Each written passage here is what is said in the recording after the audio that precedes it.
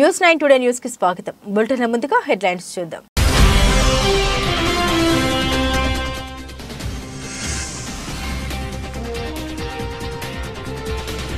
గృహ నిర్బంధం నుండి చలో అసెంబ్లీకి బయలుదేరిన రాజేంద్ర ప్రసాద్ అడ్డుకున్న పోలీసులు.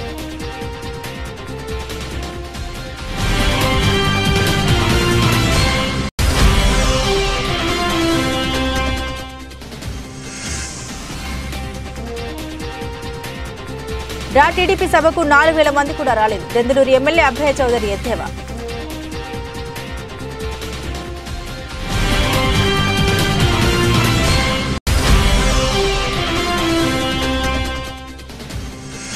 మాజీ డీజీపీ మహేందర్ రెడ్డిపై హైకోర్టు న్యాయవాది రాపోలు భాస్కర్ సంచలన ఆరోపణలు. 1,00,00,000 కోట్ల రూపాయల మేర ఆస్తులు కూడా గట్టారని రుజువుతో సహా వెల్లడి.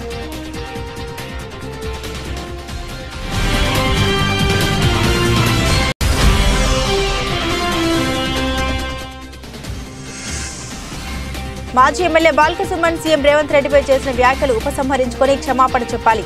మాజీ కేంద్ర మంత్రి పోరిక బలరాం నాయక్ డిమాండ్.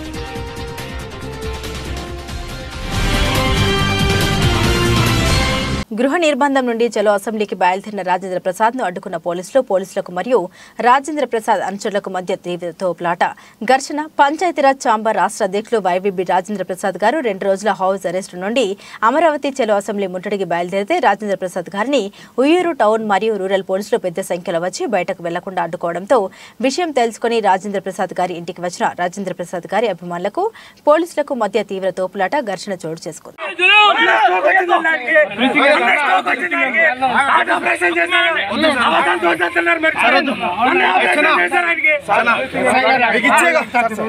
గౌరవం మీకు ఇస్తున్నాం.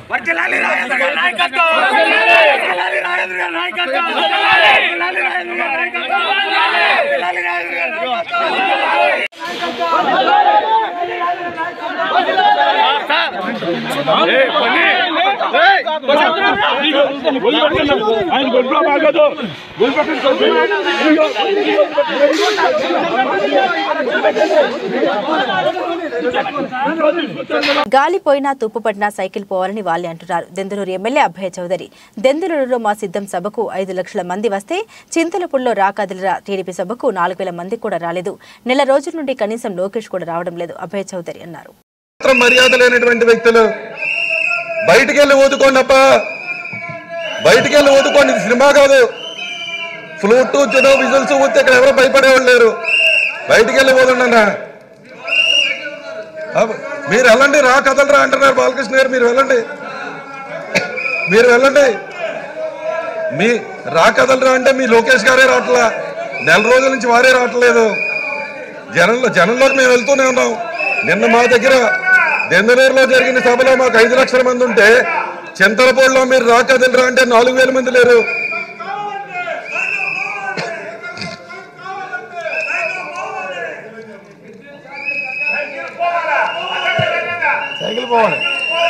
అధ్యక్ష వాళ్లే సైకిల్ పోవాలనుకుంటున్నారు అధ్యక్ష.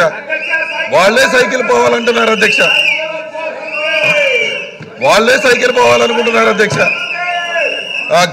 గాలి పోయిన తుప్పి పెట్టిన సైకిల్ పోవాలని వాళ్ళే అనుకుంటున్నారు అధ్యక్ష. ఎలా మాట్లాడతాం అధ్యక్ష? సాక్షాత్తు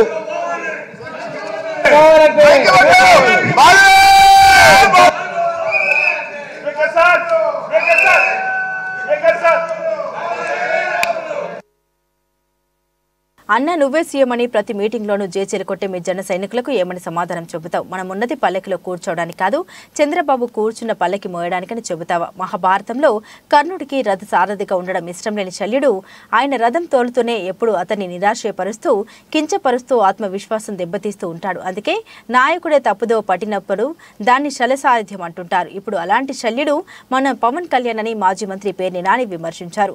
సొంత పార్టీని అధికారంలోకి రానివ్వకుండా జనసేన కార్యకర్తలు నిరాశపరుస్తున్న కలియుగ శల్యుడు పవన్ అని కామెంట్ చేశారు. ఇవాళ సన్నాయి నొక్కులు పత్తిత్తు కబుర్లు మాట్లాడుతున్నారు. ఇక నీతులు మీ దగ్గర నుంచి చెప్పాలి. మీరేం మాట్లాడారు పవన్ కళ్యాణ్ గారు? లేదా నువ్వు ముఖ్యమంత్రి అవ్వాలి, మా ప్రాణం పెడతాము, మేము చచ్చిపోతాం అని చెప్పని ఏ రంగం వేస్తున్నటువంటి మీ వాళ్ళందరినీ కూడా, అరే మనకి సీన్ లేదురా, మనం పల్లకి మోయటమేరా, మనం ముఖ్యమంత్రి అవ్వలేం, నేను ఎమ్మెల్యేని అవ్వలేను, మీరు ఆగండి అని చెప్పని ఇట్లాంటి స్థైర్యాన్ని చంపే మాటలు మాట్లాడేవాడిని ఏమంటారు భారతంలో? యుద్ధం చేయాల్సిన వాడిని, యుద్ధానికి సిద్ధమైనటువంటి వ్యక్తుల్ని, మానసిక స్థైర్యాన్ని చంపేవాడిని ఏమంటారు? శల్యుడు అంటారు. నవయుగ భారతంలో, కలియుగ భారతంలో శల్యుడి పాత్ర పవన్ కళ్యాణ్ పోషిస్తున్నాడు. అది మాట వాస్తవమా కాదా? యుద్ధం చేస్తున్నట్టే అంటే యుద్ధానికి సిద్ధమైనటువంటి జన సైనికుల్ని నిర్వీర్యం చేస్తూ వాళ్ళ మానసిక స్థితిని చంపేస్తూ వాళ్ళ ధైర్యాన్ని చంపేస్తున్నటువంటి అండి ఇవాళ కలియుగ శల్యుడి నువ్వు. నాడు కర్ణుడి ధైర్యాన్ని నిర్వీర్యం చేయడానికి ప్రయత్నం చేసిన శల్యుడు ఇవాళ మీ పార్టీ కార్యకర్తల్ని స్థైర్యాన్ని యుద్ధం చేద్దామని రెడీ అవుతుంటే ఆయుధాలను పక్కన పడేయండి, మనం పల్లకి మొయ్యాలి, మన చేతిలో ఆయుధాలు కాదు, మన చేతిలో పల్లకి పట్టి ఉండాలి, పల్లకి కమ్మి ఉండాలని చెప్పి చెప్తున్నాడు. నువ్వు శల్యుడితో కదా శల్యుడు. మరి నువ్వు శల్యుడివి కాబట్టి అర్జునుడంటే నువ్వు పోల్చుకుంటున్నావు. అర్జునుడికి శల్యుడికి పోల్చుకున్నప్పుడు నీకు బాధ కలుగుద్ది. ఆ బాధతో మాట్లాడేటువంటి మాటలు. అట్లాగే ఆ పక్కన కూర్చున్న అతను ఒకటి మాట్లాడతాడు. మాజీ డీజీపీ మహేందర్ రెడ్డిపై హైకోర్టు న్యాయవాది రాపుడు భాస్కర్ సంచలన ఆరోపణ చేశారు. 1,00,000 కోట్ల రూపాయల మేర ఆస్తులు కూడా గట్టారని రుజువుతో సహా వెల్లడి చేశారు. విచారణ చేసి తగిన చర్యలు తీసుకోవాలని గవర్నర్కు, ముఖ్యమంత్రికి, డీజీపీకి ఫిర్యాదు చేశారు. హైకోర్టు అడ్వకేట్గా ప్రాక్టీస్ చేస్తున్నాను. ఈ మధ్య కాలంలో తెలంగాణ పబ్లిక్ సర్వీస్ కమిషన్ చైర్మన్గా ఎన్నికైనటువంటి ఎక్స్ డీజీపీ మహేందర్ రెడ్డికి సంబంధించినటువంటి కొన్ని విషయాలు, ఆయన మీద కొన్ని ఆరోపణలు మా దృష్టికి వచ్చినాయి. దీని మీద ఒక న్యాయవాదిగా నేను గౌరవ ముఖ్యమంత్రి రేవంత్ రెడ్డి గారికి, గవర్నర్ తమిళసై గారికి, తర్వాత ఈ రాష్ట్ర DGP, director general of police, anti corruption bureau, వీళ్ళందరికీ ఒక రిప్రజెంటేషన్ చేసినాం. ఏంటి అనంటే ఈ ఎక్స్ డీజీపీ అయినటువంటి మహేందర్ రెడ్డి గారు చాలా పెద్ద ఎత్తున అక్రమాలకు పాల్పడ్డట్టుగా మాకు ఆధారాలు ఉన్నాయి. ఇట్లాంటి వ్యక్తిని మరి చైర్మన్గా పెట్టడం, ఎందుకు పెట్టారు, ఎలా పెట్టారు, దాని మీద అతని మీద ఉన్నటువంటి ఆరోపణల మీద విచారణలు చేయాలని చెప్పేసి మేము డిమాండ్ చేస్తున్నాం. ముఖ్యంగా వీరు సిపిగా, డీజీపీగా పోలీస్ డిపార్ట్మెంట్లో వివిధ రకాల హోదాలలో పెద్ద ఆఫీసర్గా పనిచేయటం అనేది జరిగింది. వారు ఈ దేశంలోనే రిచెస్ట్ డీజీపీగా పేరు పొందారు. ఆయన పదవి కాలంలో అనేక అక్రమాలకు పాల్పడ్డట్టుగా ఆరోపణలు ఉన్నాయి. ఆయన విపరీతంగా నయీం అనేటువంటి ఒక గ్యాంగ్స్టర్ తోటి రకరకాల హత్యలు చేయించడం, ల్యాండ్ సెటిల్మెంట్ చేయించడం, ఇబ్బందులు పెట్టడం, ఆస్తుల్ని కూడబెట్టినట్టుగా దగ్గర 80,000 కోట్ల నుంచి 1,00,000 కోట్ల రూపాయల వరకు ఆయన ఆస్తులు బినామీల పేరుతోటి, ఆయన కుటుంబ సభ్యుల పేరుతోటి, భార్య పిల్లల పేరుతోటి, ఆయన ఫాలోవర్ల పేరుతోటి, అన్నలు తమ్ముళ్ళ పేరుతోటి, అన్నల కొడుకులు తమ్ముళ్ళ కొడుకుల పేరుతోటి, బిడ్డల పేరుతోటి అమెరికాలో సాఫ్ట్వేర్ కంపెనీ ఎస్టాబ్లిష్ చేయటం, తర్వాత రియల్ ఎస్టేట్ వ్యాపారం చేయటం, రకరకాల రియల్ ఎస్టేట్ కంపెనీలలో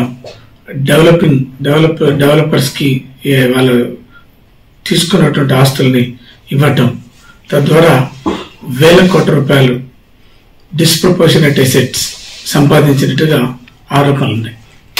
ముఖ్యంగా సౌందర్య సినిమా యాక్టర్ వట్టినాగులపల్లిలో సర్వే నెంబర్ 186లో సుమారు 11 ఎకరాల 36 గుంటల భూమిని ఆమె అన్న కేఎస్ అమర్నాథ్ అనేటటువంటి పేరుతోటి కొనుగోలు చేయడం అనేది జరిగింది.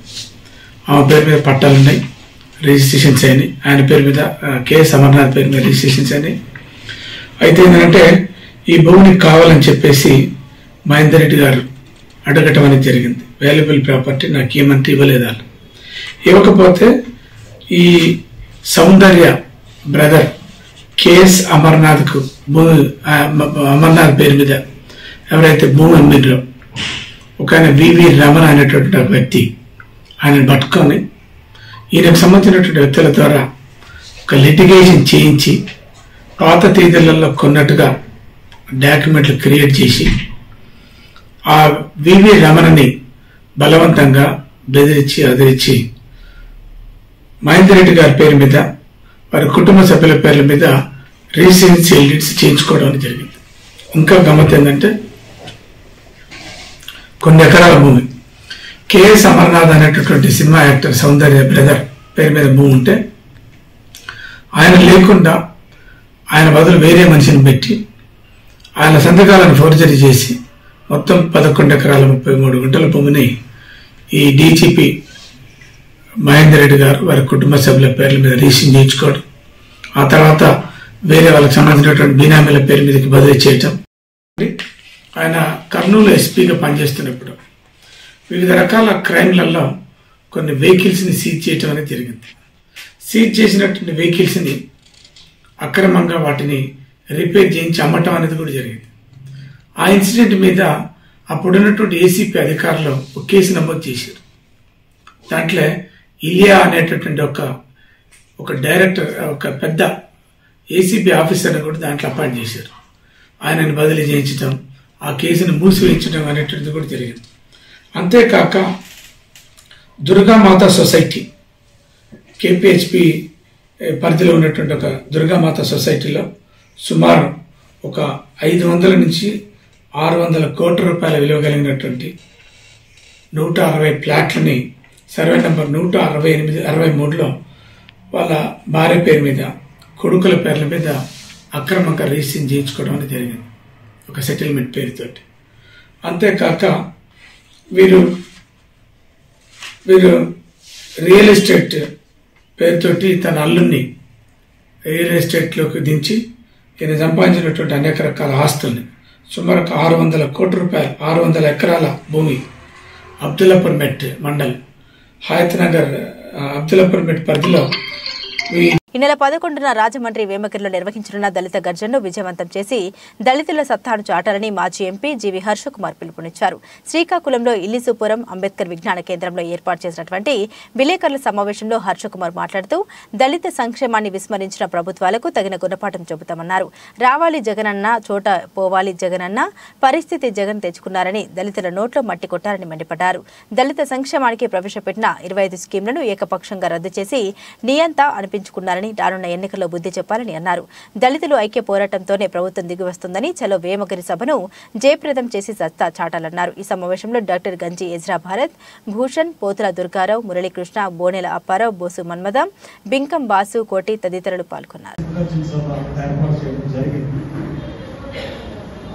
ఈ రోజున ఆ పరిస్థితి ఏ రకంగా ఉందంటే, జగన్మోహన్ రెడ్డి వస్తే మాకు ఇంకా మంచి జరుగుతుంది అని చెప్పి దళితులందరూ 100%కి 95% పైగానే జగన్మోహన్ రెడ్డికి ఓట్లు వేసి గెలిపించారు. ఎందువల్లంటే జగన్ వస్తే మా బతుకుల్లో మార్పు వస్తుంది, మాకు ఆయన బాగా చూస్తాడు అన్నందుకు అనుకునే ఓటు వేయడం జరిగింది. ఈరోజు పరిస్థితి ఏంటంటే, ఇంతకు ముందు ఇచ్చిన ప్రభుత్వాలు ఇచ్చిన హక్కులు, హామీలు, పథకాలు కూడా ఈయన వచ్చిన తర్వాత తీసివేశారు. ముఖ్యంగా యువత, నిరుద్యోగ యువత అంతా కూడా బాగా ఆశించింది ఎస్సీ కార్పొరేషన్ నుంచి లోన్. అంతకుముందు కిరణ్ కుమార్ రెడ్డి హయాంలో కానీ, చంద్రబాబు నాయుడు హయాంలో కానీ, అంతకుముందున్న కాంగ్రెస్ హయాంలో కానీ ₹1,00,000 సబ్సిడీతో లోన్లు ఇచ్చి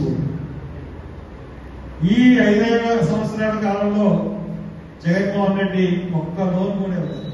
ఒక్క లోన్ కూడా ఇవ్వలేదు. ఎస్సీ కార్పొరేషన్ చెందిన ఏ లోన్లు ఇవ్వలేదు. ఎస్సీ కార్పొరేషన్, బీసీ కార్పొరేషన్ ఇవ్వలేదు, కాప్ కార్పొరేషన్, ఏ కార్పొరేషన్కి ఇవ్వలేదు. అంతేకాకుండా ఎన్ఎస్ఎఫ్డిసిలో తెలుగుదేశంలో కార్లు ఇచ్చారు. కానీ ఈయన వచ్చిన తర్వాత ఒక్క కారు కాదు కదా, ఒక వెహికల్ కూడా ఎవరికి ఇవ్వడం జరగలేదు. అలాగే భూమి కొనుగోలు పథకం, ఇంతకుముందు ప్రభుత్వాల్లో ఏదో గుడ్డిలో మెల్లగా కొంతమందికి భూమి కొనుగోలు చేసి 3 ఎకరాలు భూమి ప్రభుత్వమే కొనుగోలు చేసి నమస్కారాలు. మీ అందరినీ ఆహ్వానించడానికి నేను వచ్చాను. రేపు మనందరం కలిసి తలపెట్టబోయే సింహగర్జన, దళిత సింహగర్జన రాజమండ్రి గ్రామీణంలో రేపు 11వ తారీఖు ఆదివారం మధ్యాహ్నం 2 గంటల సమయాన ప్రారంభం అవుతుంది. ఆ మహాసభకి శ్రీకాకుళం నుంచి వేలాదిగా తరలిందని చెప్పడానికి నేను ఇక్కడికి వచ్చాను. ఇది పూర్తిగా ఉత్తరాంధ్ర జిల్లాల్లో చైతన్యం కలిగిన జిల్లా శ్రీకాకుళం జిల్లా. దళితులకి గొప్ప చైతన్యం గల జిల్లా. మాజీ మంత్రి కేటీఆర్ ఆదేశానుసారంగా మాజీ ఎమ్మెల్యే బాల్క సుమన్ సీఎం రేవంత్ రెడ్డిపై చేసిన వ్యాఖ్యలు ఉపసంహరించుకుని క్షమాపణ చెప్పాలని మాజీ కేంద్ర మంత్రి పోరిక బలరాం నాయక్ డిమాండ్ చేశారు.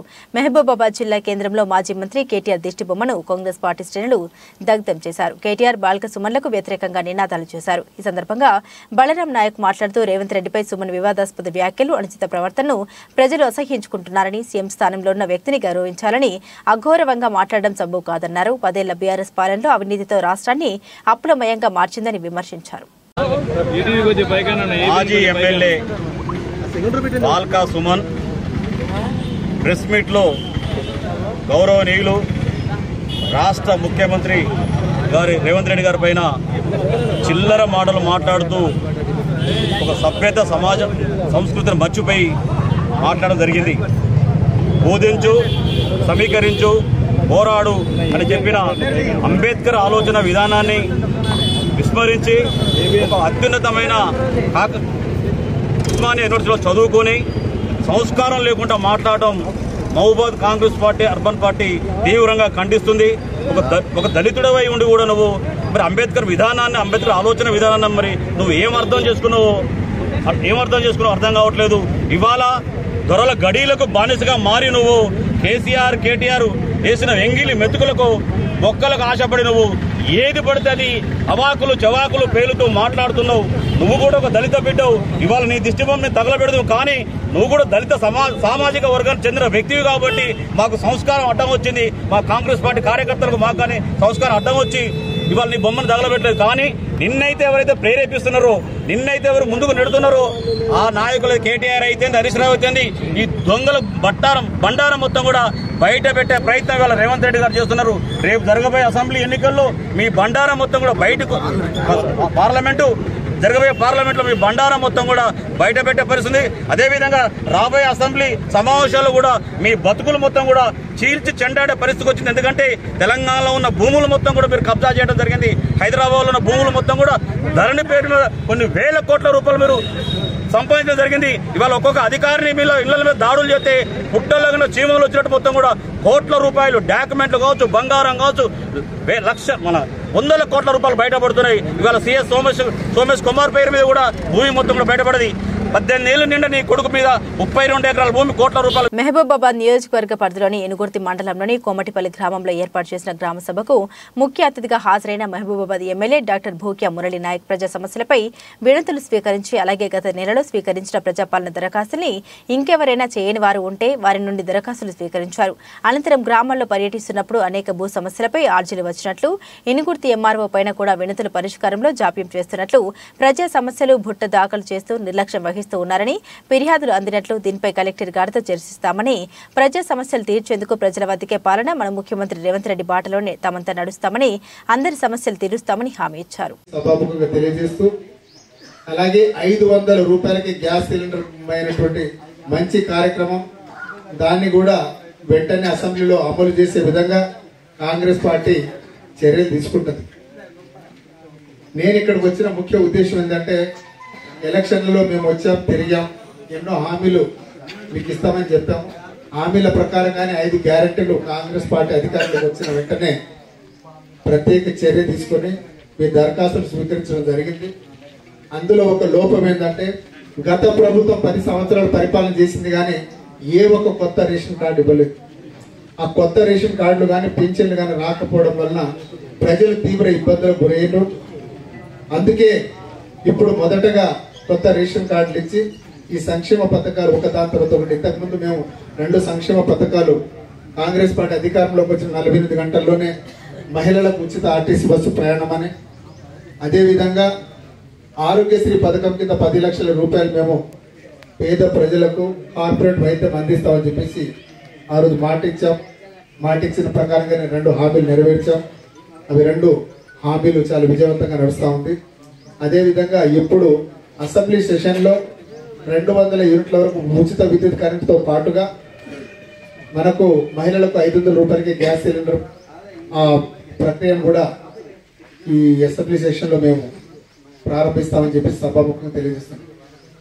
ఈ 5 గ్యారంటీలు మీరు అప్లికేషన్ ఇచ్చారు కాబట్టి మీ ఇంటి వద్దకే అధికారులు వచ్చి ఎవరెవరు అర్హులు అని చెప్పేసి ఆయా గ్రామ పంచాయతీలలో వాళ్ళే మీకు చెప్తారు. మీకు రేషన్ కార్డులతో పాటుగా మీకు పెన్షన్లు, ఇందిరమ్మ ఇల్లులు, అవన్నీ ఎవరైతే నిజమైన అర్హులు ఉన్నారో, అర్హులంటే గడ్డి కప్పుకున్నటువంటి గడ్డి కప్పిన ఇల్లులు. బులెటిన్ ముగించే ముందు హెడ్లైన్స్ మరోసారి.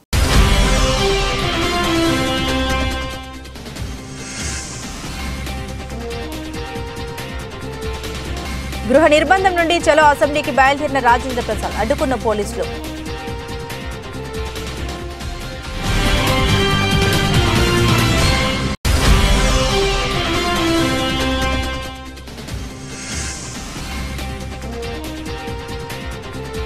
టీడీపీ సభకు 4,000 మంది కూడా రాలేదు. దెందులూరు ఎమ్మెల్యే అభయ చౌదరి ఎద్దేవా.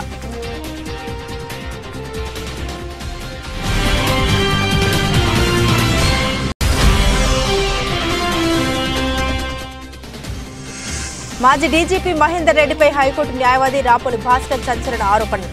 1,00,00,000 కోట్ల రూపాయల మేర ఆస్తులు కూడా గట్టారని రుజువుతో సహా వెల్లడి.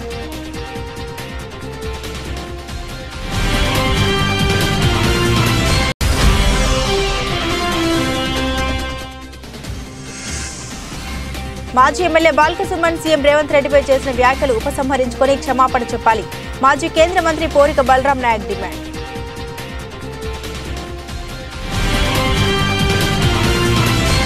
ఇవి బులెటిన్ అప్డేట్స్. మరిన్ని అప్డేట్స్ కోసం చూస్తూనే ఉండండి.